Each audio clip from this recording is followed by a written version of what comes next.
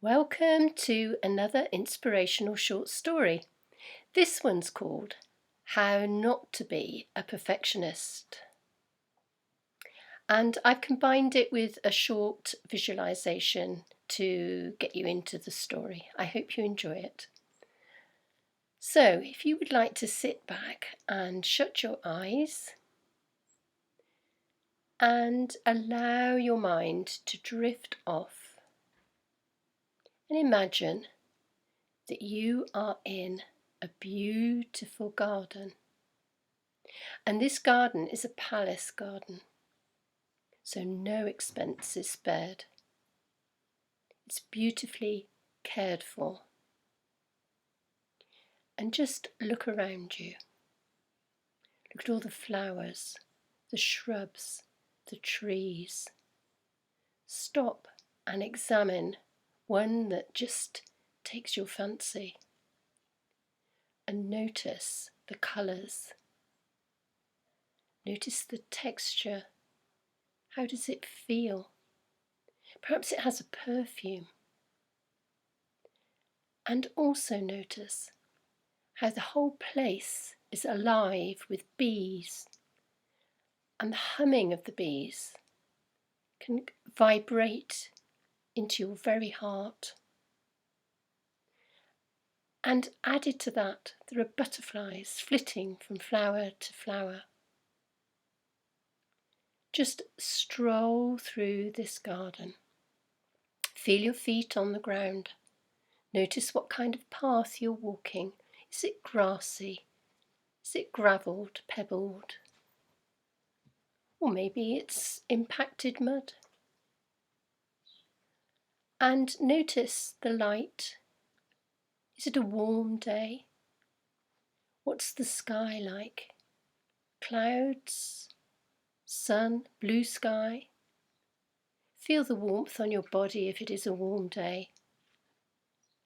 And as you round a corner, you might notice a young and very beautiful girl who is a princess. And she's sitting at an easel, painting. And this princess, she was a very mild-mannered, very agreeable princess, and most people loved her. She was kind, she was considerate. But there was one thing that was very troubling.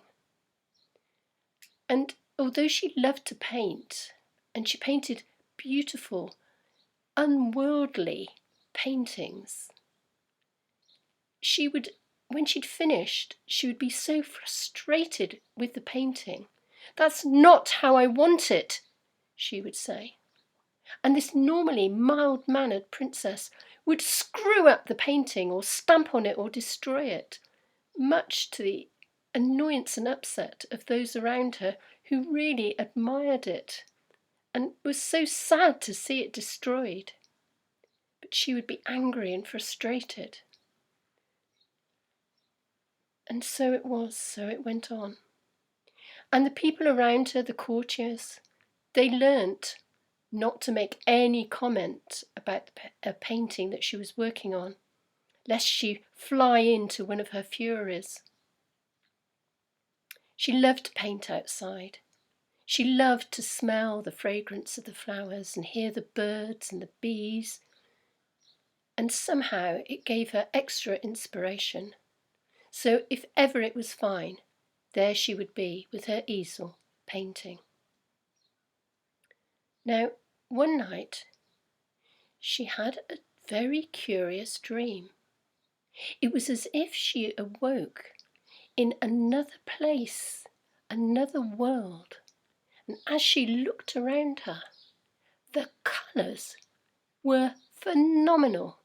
They were colours that you couldn't see on Earth.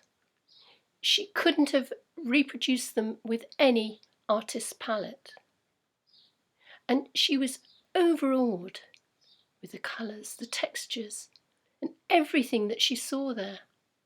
It was just so exquisitely beautiful. And she wandered around, looking at this place. and she came across a seat, and she sat down the better to admire what she was looking at.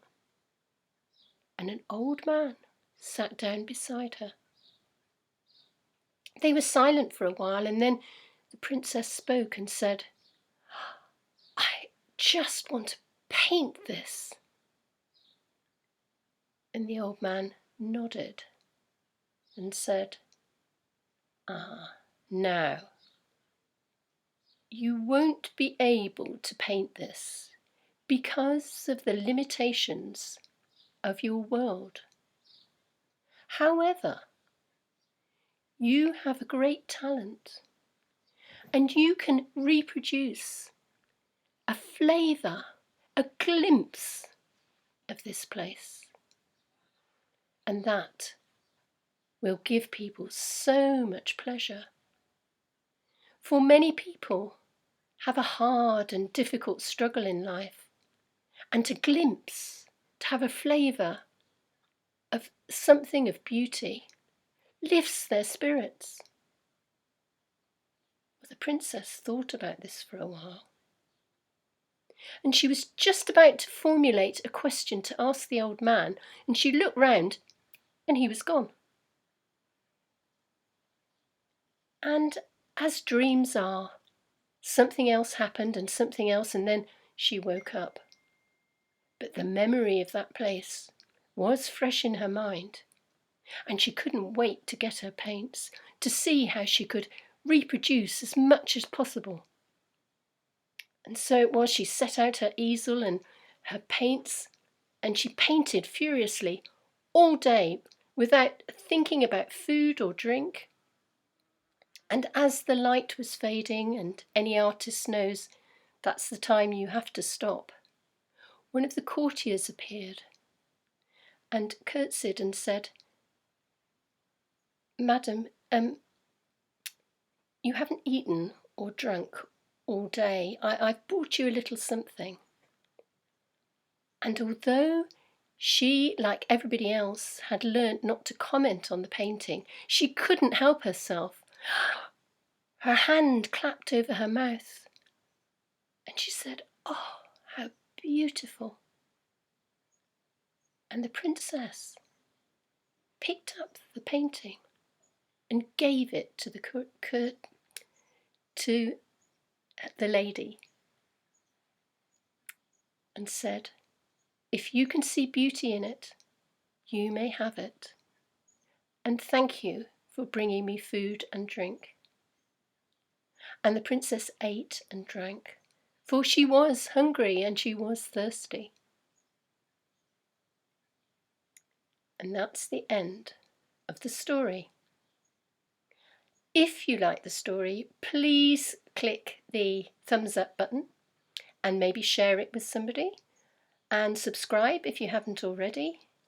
If you would like more details on how you can use stories in work that you do, then click on the link below and I will send you my free PDF.